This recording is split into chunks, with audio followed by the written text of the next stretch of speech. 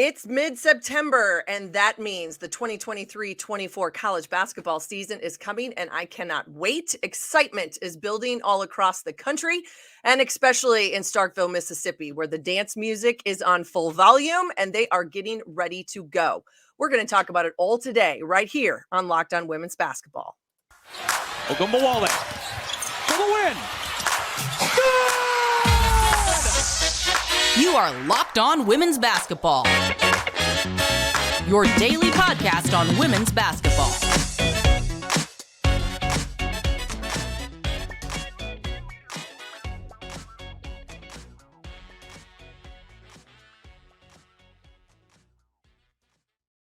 Hello, everyone. It is Tuesday, September 12th, 2023. Fall is here. College football is in high gear and gyms are full all across the country of preseason basketball workouts, and that is fantastic news. I am Missy Heidrick, National Women's Basketball Correspondent here at The Next. Thank you for making Locked On Women's Basketball your first listen every day. We are free and available wherever you get your podcasts and on YouTube, part of the Locked On Podcast Network, your team every day. Well, when you take over a program at the Power 5 level of women's college basketball, it is no small task, especially if you dive into the deep end of the SEC. There is a history of success at Mississippi State, and they like to dance in the NCAA Tournament. Sam Purcell took the Bulldogs back to the big dance in his first season at the helm in Starkville, and that is just the beginning. After 9 seasons as an assistant at Louisville, previous stops at other programs before that, he became the winningest first-year head coach in program history at Mississippi State, and I could not be more excited to have him here today with us on Locked On Women's Basketball. Coach, how are you? I'm good. Thanks for having me on. Absolutely, absolutely. All right, I want to take a step back here for you. March 2022 probably feels like a lifetime ago. You're introduced as the 9th head coach in Mississippi State program history. It's never easy to look backwards, but as you reflect a little bit on everything over the past year and a half for you, your program, your family, why was this the right Power 5 job for Sam Purcell? People, simple people. All right. Obviously, anybody who knows me, I'm very fortunate because I haven't got here without having great people in my circle. I've had unbelievable mentors. I've been able to coach great players. And that's what Mississippi State is. It's a special hidden gem where women's basketball matters and it's valued and it's supported like no other. And they just enjoy fellowship down here. We break bread. I laugh because the old ways we grew up, right, with going to people's houses and eating dinners and tailgating and just cooking out, which today is Southern hospitality, is a lost art across the country, and I'm fortunate to live in it every single day, and that's why this is a special environment. No matter how you slice it, moving over just one chair from that even top assistant to the head coach seat on a bench, it's a big move. It's by no means an easy one. Right. You mentioned it. You've had great mentors, people that have helped you in your career. What helped you in that transition? Was there anything, some words of wisdom you got from, a good friend like Jeff Walls? Yeah, no doubt. Jeff is a lifetime friend, but he was a great mentor. Because again, if you look at Jeff's career and the assistants that he has gone to help become head coaches, he has a model of success that is unique from any other program in the country because the guy has no ego. Okay, now, he's got a hell of a personality. Excuse me. I hope I can say that out loud. Oh, yeah. He does. He's got a great personality. Obviously, he's a face for women's basketball. But if you look deep inside his program, he trusts his assistants. Mm-hmm. And the responsibilities he gave me over a 9-year period made this for an easy transition because I had to deal with real stuff as an assistant that would prepare me for a head coach. Culture is one of those big words. We hear it all the time. We hear it in the professional game. It's huge in the college athletics world. We're going to hear it from coaches. You hear it from student athletes. And change is never easy. But last year, it seemed as though your team gelled together when you needed it the most, towards the end, when you wanted to get yourself a chance to get in that NCAA tournament. And then you get 2 huge wins and keep that momentum going. What is that something you can point to the most when you think about the culture of your program that allowed you to be able to take those big steps in that first season? Yeah, I say trust. That's the biggest word, right? So when I took the program, you got to remember where we were at. For some of my players, I was their fourth head coach. Yeah. One more time, fourth head coach. That's a lot, It is. right? Yes. So at that point, it was restoring the love, because at that point, I just wasn't their head coach. I was just another person that has come into their life. Mm-hmm. So I wanted to create moments and most importantly, earn their trust in year one. And we needed to go through some stuff. We needed to taste success, which we did. Mm-hmm. We went through some hardships in January because the SEC is no joke. The losses I had were the Sweet 16, Elite 8, and Final Four teams within our own league. But you know what? Like I told them, is we're going to bend, but we're not going to break. We're going to stay together. And college basketball is a beautiful sport because it's so different than every other sport in college. Like right now in football, if you lose a game, fan bases go crazy because we can't win the national championship, right? Or you hope you still can stay in the hunt. Where college basketball is, to your point, your question earlier, is about staying together and playing our best basketball come March. And if you're playing your best basketball come March, woo, you can do some special things. And we did that. We were 4 points away from making the Sweet 16 in year one. When you look back at those games and think, what were the difference makers down the stretch? You talk about trust. And I'll be honest with you, as a player myself, I was one of those people. I had 4 coaches, played for 3, recruited by a 4th. It's hard. And that is when you're 18, 19, 20, we know rosters are older nowadays. That does become more difficult. But it seemed as though these kids, they dug in. And so then when you ask them to make some of those changes, to trust the process, not only the things off the floor in the locker room, but on the floor, what was the difference maker down the stretch? What did it in those NCAA wins? Yeah, I think seniors, right? You can't replace great seniors. Courtney Weber, unbelievable. I love, recruiting. Recruiting is a two-way street, all right? I recruited Courtney Weber at Louisville. She told me no, right? But I didn't go crazy on her. I told her, man, it would have been an honor to coach you. And then it's funny how the good Lord works. I become a head coach. COVID's occurring, right? She gets a 5th year, and she's like, Coach, I want to come play for you. I'll never forget how you treated me. So her relationship of being a strong leader, a kid who came off the bench, Asian A. Johnson, Annie Hayes, Alana Smith. I had seniors where it came to the end where they were grateful. They were thankful, and most importantly, they didn't want their season to end. And when you got that kind of ingredients in the pot, you make for a great ending, and that's what they did. All right, so I have to ask, because it seems to be the one thing. I mean, it was a sensation on Twitter. You got a lot of love. And I'm a huge Whitney Houston fan. So, I mean, I was in it to win it. So tell me, what was the inspiration there? Because it couldn't have added more joy to the locker room and the feeling, I think, for your kids. Yeah, I'm a different bird. My wife would definitely admit to that. I'm just a positive guy. I speak into existence. I don't beat myself up in self-talk. And I tell my players to do the same. And then most importantly, I love music. Music's a joy and a soul. I actually got my little Amazon. I'm trying to get out of the way. Right behind me in my corner, you see my little music box there that I tell Siri to play, Lionel Richie, Whitney Houston. I love old school music. And then when it comes to, February, I try to help my team know that, like, our season is coming to an end, but let's enjoy the process and we have fun with it with music. And Whitney Houston, I Want to Dance with Somebody was one of the songs. Perfect. And obviously we're trying to dance in March. So it kind of came our team hit, and we just took it from there. Well, I'm hoping that they're putting it into all of the promotional videos that you guys got going on for this next season, because I think it's fantastic. It's fantastic. All right. When we come back, I want to break down this 23-24 roster, talk more in depth with Coach about what he likes about his team and what needs some work.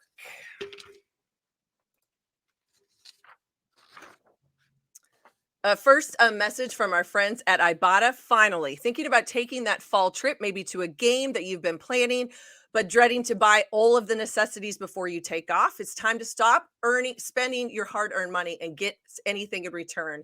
You need Ibotta. Ibotta gives you cash back on hundreds of items, from produce to personal care to pantry goods. The average Ibotta user earns $120 a year. That could cover the cost of the entire shopping trip. Or you can use your cash back to buy that flight you've been eyeing, that game you've been dying to get to, or even just a great night out with your friends and family. Other apps give you points that you don't amount to much. With Ibotta, you get real cash back that you can cash out to your bank account, PayPal, or gift cards. You can earn cash back on hundreds of online brands and retailers when you start with Ibotta, including Lowe's, Macy's, Sephora, Best Buy, and so much more. Right now, Ibotta is offering our listeners $5 just for trying Ibotta by using the code LOCKED when you register. Just go to the App Store or Google Play Store and download the free Ibotta app and use code LOCKED, LOCKED. That's Ibotta in the Google Play or App Store, and use the code LOCKED. Hi, everybody. I am Missy Heidrick, and thank you for making Locked On Women's Basketball your first listen every day. For our everydayers tomorrow on the show, Howard Megdal sets the stage for the WNBA playoffs. They start Wednesday, September 13th. And I am so happy to be here with head coach Sam Purcell of the Mississippi State Bulldogs. Coach, you said it earlier, it is about recruiting. It's about people and relationships. So the lifeblood of any program is that. In this craziness I see today, I like to call it the wild, wild west with the portal and everything else. You've not only got to get out there, you got to recruit high school talent. You've got to go to the portal, but then also it feels like a lot of coaches say, I've got to re-recruit my roster almost every season.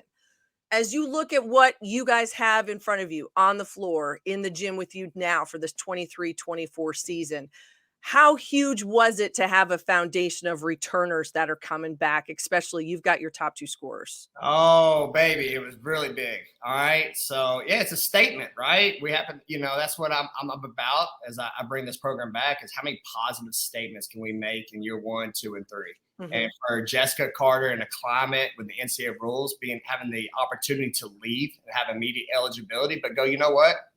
I'm happy here. And I really like it. Jerkayla Jordan. Same thing, a rising star, a young lady who I think should be in the discussion for a possible first-round draft pick. She had a February like no other where she had multiple 20-point games and is an absolute stud. Mm-hmm. So to your point, for them to come back and say, you know what, we're proud of where we got the program back, but we're hungry for more. I couldn't be more of a happy coach. Talk about some of the new talent that's landed there in Starkville with you. You've got a class that I believe 3 freshmen, they're all top 100 prospects out of high school. But then also, I think, in my opinion, 3 impact transfers that you've brought to the floor, playmakers, kids that can be immediate scorers and defenders for you right out of the gate. Yeah, I want to start with a freshman because, right, I'm a new coach last year. And so your first signing class, a group to have faith and trust you and believe in the vision. I can't say enough. They were top 16 recruiting class in the country. You got Miracle Shepherd, who comes from Mount Verde Academy, which these academies now, all right, that's a hidden thing in women's basketball people aren't talking about. You're starting to see more recruits start leaving home like the men and start training at an earlier age. And let me tell you, it makes a huge difference because to be able to live away from home in high school and grow up and mature faster. She's special. She's made an easy transition along with Jasmine Brown, who same thing, comes from Example Academy in Illinois. And then I've got Near from Atlantic City in New Jersey. So I've got 3 kids from all over the globe, but again, they chose Mississippi State because of how special this place is. Mm-hmm. And I think you could see something from all 3 of them this year on the court. And then the portal, all right, the portal, we always talk about it's a two-way street.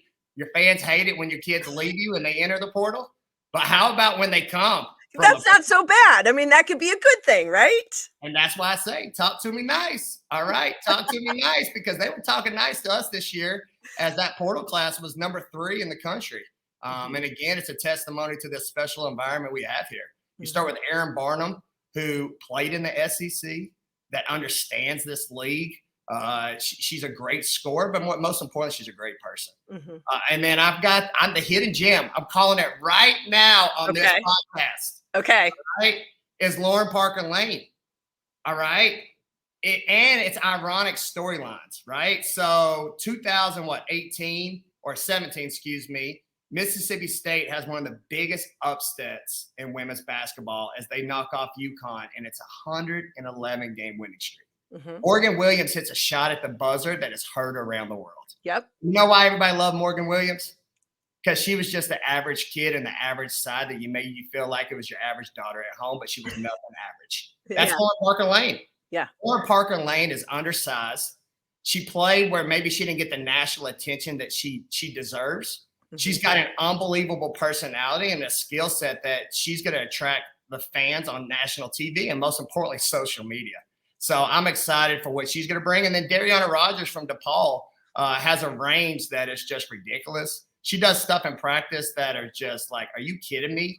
And for some kids, a bad shot is actually a good shot for her because she has an ability to score the ball at a deep level. And then other returners that, are slept on is Debrisha Poe. Mm-hmm. My freshman last year started for me. Yeah. All right. She returns for a sophomore year. Ramani Parker hit a game-winning shot to help me beat Tennessee last year at home. And I could just go for days for the returners who are coming back along with the newbies.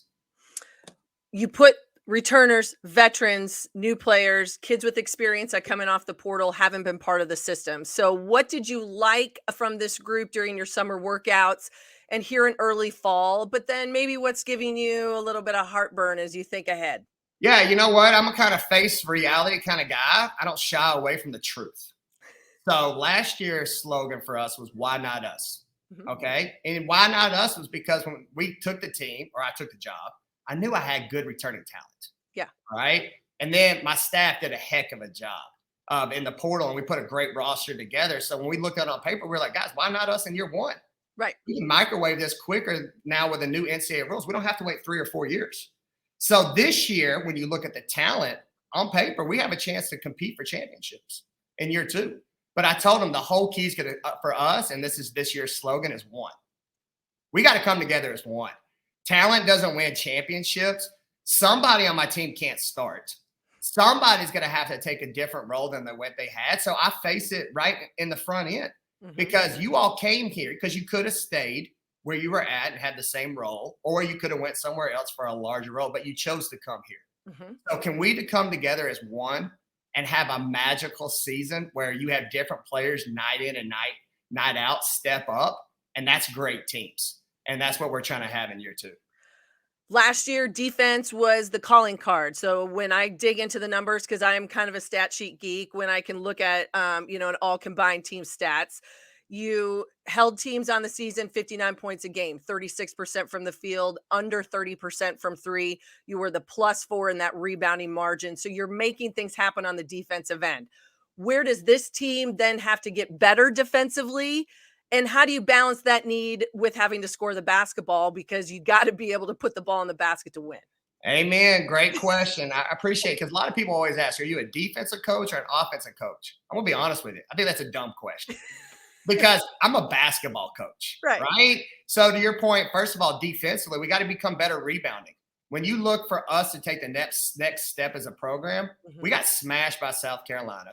We got smashed in the one loss we split with Tennessee. We got smashed in the Notre Dame game in the second round. So if you want to beat the top level programs, you got to be able to rebound like no other. And then offensively, I think we just got to get better. Moving the ball at times. The games that we got stuck dribbling too much, allow the defense to load the box, and we were easy to guard and easy to contest on shots. So we've got Lauren, like I said, Lauren Parker Lane and Miracle are 2 elite point guards. I think last year, that's why I give Annie Hayes a lot of credit. She took on a role that wasn't naturally hers. Yeah. So I had a kind of a point guard at committee. So to have 2 natural point guards this year that can help break down a defense, but most importantly, bring more energy into my players, I think you'll see more offensive numbers this season. Well, you're absolutely right. If the ball sticks, nothing really good happens. And you only have 30 seconds on a shot clock. So you got to make something happen when you can, right? I That's a think that. problem. There Right. you go. All right. When we come back, more with Coach Purcell and his take on walking the walk, talking the talk of being an elite program in today's women's basketball game.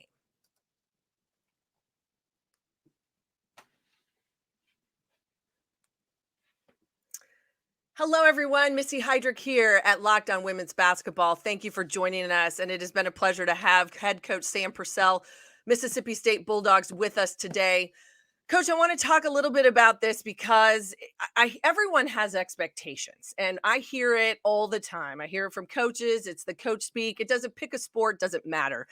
But everybody's going to want to tell me that they want to be elite. And you play in a Power Five. We want to compete, all of those things. So I guess my question to you is this. You've been around this game. You've been in this game a long time. You've been in different conferences, the ACC.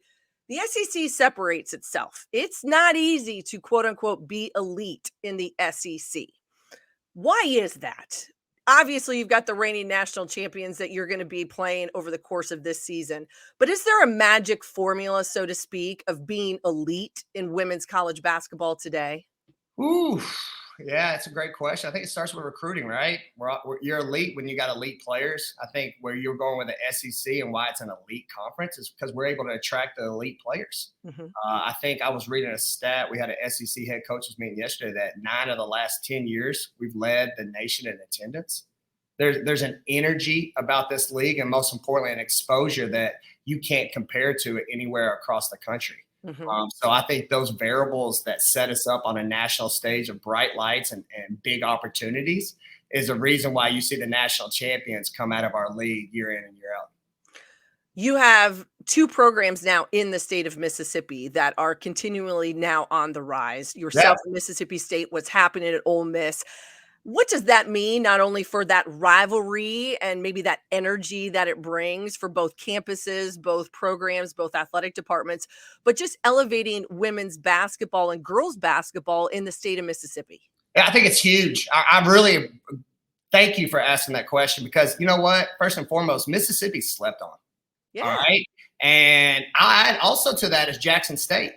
She's done an unbelievable job too. She's went to the NCAA tournament and the WNIT. So it's great for our state where sometimes we fight for national attention. We fight for that exposure for, the traditional schools who've had great success. But you know what? We're trying to rock the boat. And it's cool because there's an energy and a voice from all of us. Obviously, Yo's a friend of mine. Yeah. We've known each other forever. I know our fan bases don't like that at times. I remind them that even though we're both friends, we're both trying to kick each other's butt on game day. Right. But at the same time, there's an appreciation that we both have for the hard work that we go about and what we're trying to do for the state. So to your point, I think it's great. I think it's great for the young women because if you look at some of the Olympians, some of the best players who've ever played the game, so there's been a lot of great players that have come out of the state of Mississippi. So it's great for women's basketball.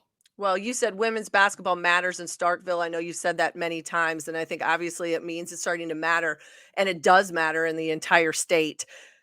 Scheduling. You run the gauntlet in the SEC, toughest league in the nation, all of that. You're going to play South Carolina. You've got to you get LSU at home in January, obviously home and home with Ole Miss. When you think about, all right, I got to deal with that come January, how do you manage November and December? What does non-conference scheduling look like for you? And what do you like to see to get accomplished early? Yeah. So, another great question. So last year it was restore the love, right? I didn't want to load the box because, again, they've been through some. We needed to taste success. We need to get the program back, but also be in position to make the NCAA tournament, right? Which we were the last 4 in. All right. It still counts. It still counts. It doesn't matter. Yeah. But, it was grateful. But again, in women's basketball, it's different than men's basketball. Yeah. You want to be one of those top 16 seeds so you can host the first and second round. Mm-hmm. For as proud as I was last year, we had to beat Notre Dame in the second round at Notre Dame.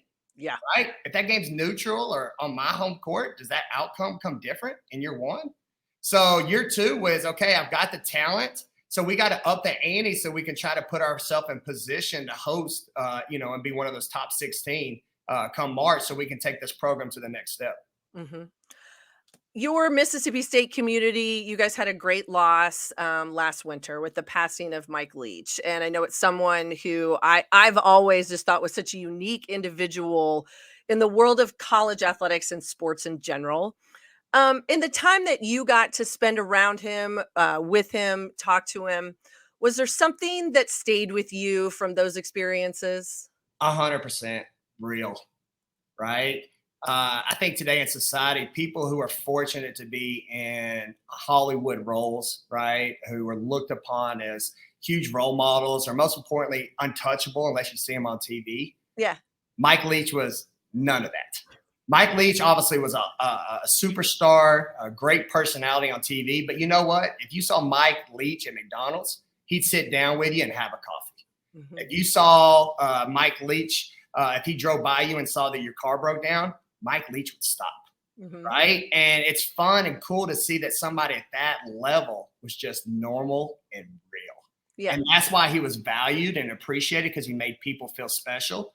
I know that's why our athletic department is so successful, and there's a unity about us, and we're very close because it started with the head football coach. Mm-hmm. You know, he would hang out with us, he would cheer for us, he would text for us.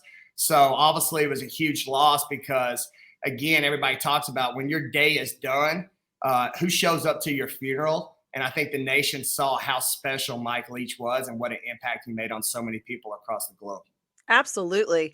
You said it, real people, giving them a role model. You and your wife, Megan, you've got 3 young daughters. So you get what we like to call the ultimate girl dad award. You get a big badge right there, right? That's right. Let's go. But talk a little bit about having your girls be part of your program, because you have a platform. You are creating role models, not only for them, but other young women that see them, that see how hard they work. What does that look like, not only in your house, but just in general, to have them be part of it? Yeah, just family environment. That's who I am, right? I try to let my girls, I was called for this. You know, I'm a man of faith. So for the good Lord to bless me to be a girl dad, I'm motivated different in this sport, because I want not only greatness for the young women I coach, but for my daughters who are coming behind them. And then I also think it gives me life balance. You know, sometimes with the pressure and the things that can come within this job, when your children are a part of road trips or they're in the locker room, it provides a sense of reality that, you know what, it's not that serious.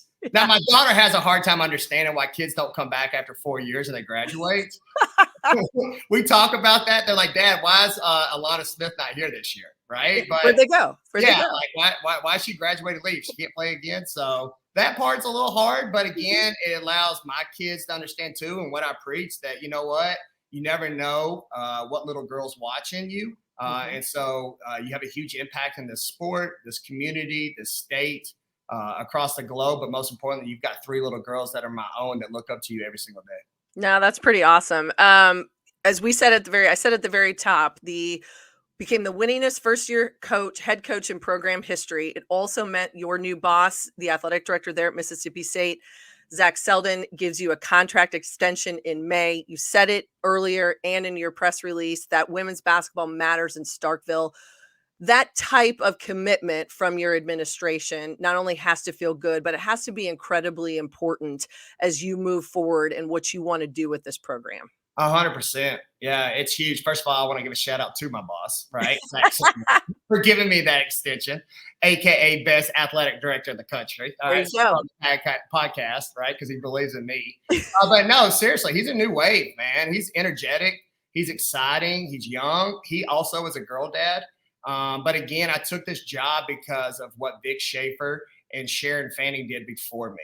And I'll always say that this job was elite. You know, some of the kids that I'm recruiting now grew up watching Mississippi State 2017 and 2018 in the national championship game. It wasn't that long ago.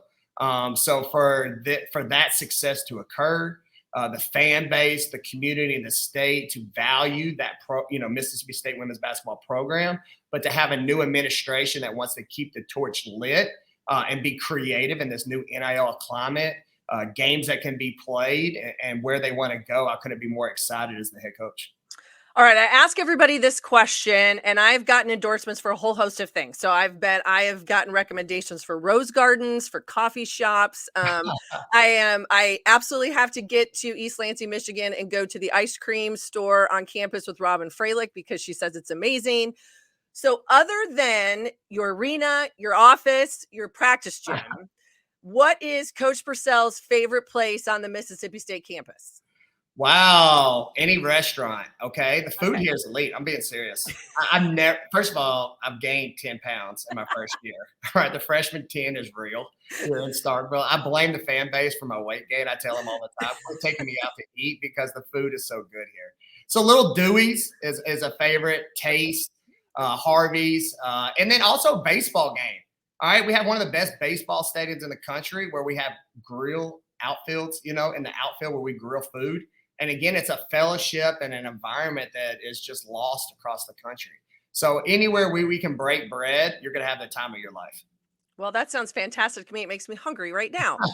All right. So you've got a few more weeks preseason. When will you officially start your practice clock and get this 23-24 season on the road? Yeah, September 24th. It's on and going. But again, I think the NCAA rules have almost made this year round. Right. We had 8 weeks this summer of individual workouts. We're in training camp, what I call right now. We're probably on week, 4 or 5. So we've been slowly just putting it in deposits. But to your point and your question, September 24th is when it's really on. So we're excited. All right. Well, Coach, it has been such a pleasure. And thank you so much for your time coming on. I know everybody within the Next and our Locked On group is going to be watching what's happening in Starkville and Mississippi State women's basketball this season. I want to thank everybody for watching and listening today. You can find me at Missy Heidrick on Twitter, formerly known, or X, formerly known. You can find all of my amazing colleagues. Make sure you get over to www.thenexthoops.com and follow this podcast at Locked On WBB. Thanks for making our show your first listen every day. For our everydayers tomorrow, Howard Megdal, more WNBA playoff coverage. They start September 13th. And don't sleep on the Bulldogs, everybody. A lot going on in Starkville. We will see them this season. We will see you next time right here on Locked On Women's Basketball.